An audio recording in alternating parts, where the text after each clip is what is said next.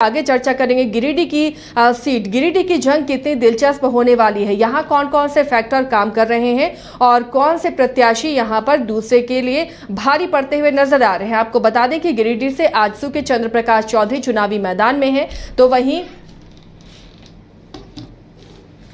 आजसू से चंद्र प्रकाश चौधरी के मुकाबले में गिरिडीह में मथुरा महतो जो जेएमएम के कैंडिडेट हैं, विधायक भी हैं और मंत्री भी रहे हैं। तो ऐसे में ये मुकाबला कितना दिलचस्प है। चंद्र प्रकाश चौधरी का ये दूसरा टर्म होगा सांसद बनने के लिए और लगातार वो चुनावी प्रचार में जुड़े हुए हैं। ये जो सीट है गिरिडीह, ये मथुरा महतो को जीतने के लिए कौन कौन से समीकरण पर काम करना है, कौन कौन से फैक्टर पर काम करना है, क्योंकि ये एनडीए की सिटिंग सीट है और ऐसे में इसे इंडिया गठबंधन में लाना कितना दिलचस्प बनाता है। और गिरिडीह में एक और फैक्टर है जयराम महतो। हालांकि अब वो चुनावी मैदान में कितना दम दिखा रहे हैं और क्या मतदाताओं के बीच वो अपनी पहचान बना पाए हैं, ये एक बड़ा सवाल है, क्योंकि छात्र आंदोलन से उभरे हैं जयराम महतो और यहाँ पर चुनावी ताल ठोक रहे हैं इन दोनों कैंडिडेट के सामने। शुरू में एक वक्त ऐसा लगा कि यहाँ त्रिकोणीय मुकाबला देखने को मिल सकता है, लेकिन क्या जयराम महतो यहाँ पर त्रिकोणीय मुकाबला बनाते हुए नजर आ रहे हैं या फिर आमने सामने की फाइट नजर आ रही है। क्योंकि जब झारखंड में पहले चरण का चुनाव हुआ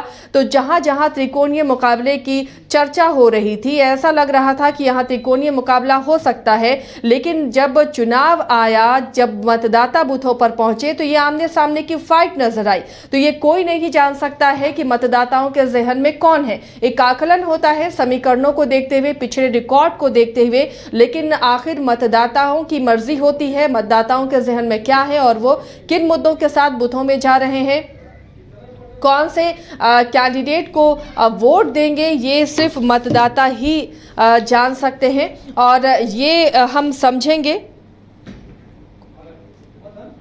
हमारे सहयोगी मदन से जो इस वक्त मौजूद है, कोयलांचल की धरती पर है। मदन, गिरिडीह की जंग कितनी दिलचस्प है, क्या जो आमने सामने की टक्कर है उसे जयराम महतो यहाँ ट्रायंगुलर बना पा रहे हैं? जमीनी हकीकत वहां से क्या दिख रही है?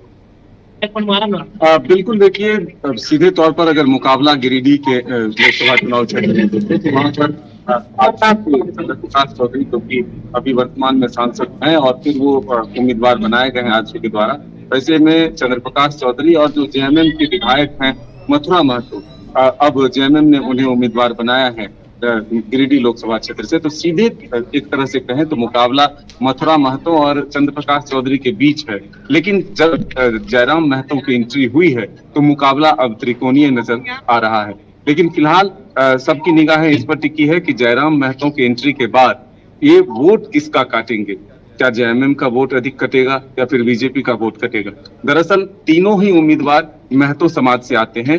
ऐसे में अगर वोट कटता है तो वो महतो समाज का ही वोट करता है।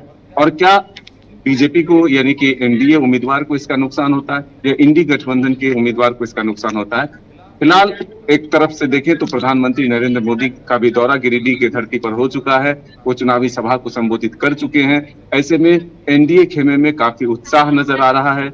एनडीए खेमे के नेताओं की माने तो पीएम मोदी के कामकाज को लेकर के वो जनता के बीच में है।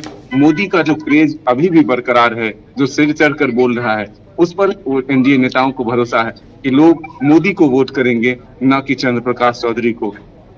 दरअसल 5 साल के कामकाज के लेखा जोखा को लेकर के चंद्र प्रकाश चौधरी अपने क्षेत्र में जरूर हैं, वो जरूर जनता के बीच जाकर ये रिपोर्ट कार्ड अपना दे रहे हैं कि वो 5 साल में इस क्षेत्र के विकास के लिए क्या काम किए हैं। ऐसे में पिछली बार अगर देखें तो गिरिडीह से जगन्नाथ महतो जो कि पूर्व मंत्री हैं, जिनका निधन हो चुका है, वो चुनावी मैदान में थे।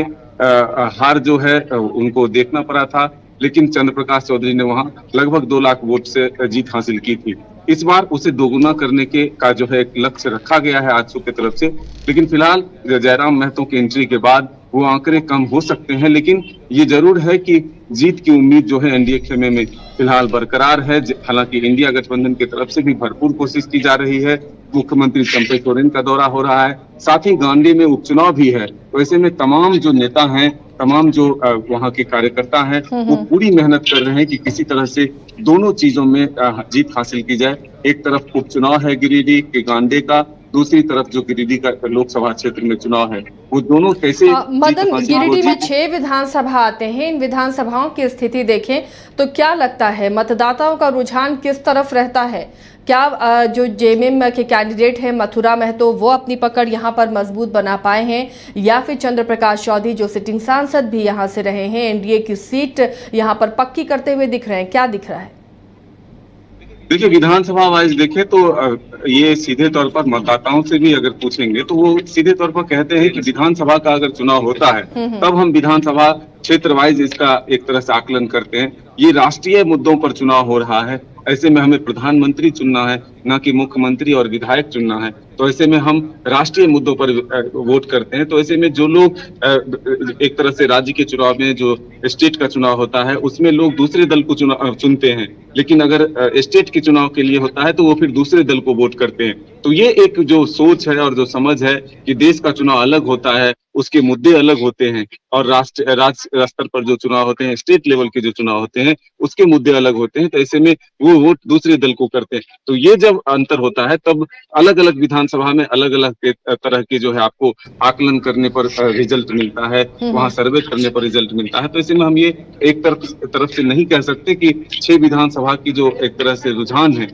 वो पार्टियों के पक्ष में है या फिर किसी एक दल विशेष के लिए है, एक गठबंधन विशेष के लिए है। ऐसे में ये जरूर कहा जा सकता है कि मुकाबला जो है दिलचस्प हो रहा है, त्रिकोणीय है। जयराम के एंट्री के बाद एक तरह से कहें तो गिरिडीह भी एक हॉट सीट बनता हुआ नजर आ रहा है। चलिए, तो गिरिडीह हॉट सीट है और जयराम की एंट्री यहाँ क्या त्रिकोणीय मुकाबला बना पाएगी, ये देखना भी दिलचस्प होगा, क्योंकि ये जब यहाँ पर वोट होगा उसी वक्त पता चलेगा कि मतदाता क्या इसे त्रिकोणीय बना रहे हैं, त्रिकोणीय मान रहे हैं, या फिर आमने सामने की टक्कर हो रही। क्योंकि जिन जिन सीटों पर त्रिकोणीय का आकलन किया जा रहा था उन सीटों पर जब वोटिंग हुई तो सीधे आमने सामने की टक्कर नजर आई।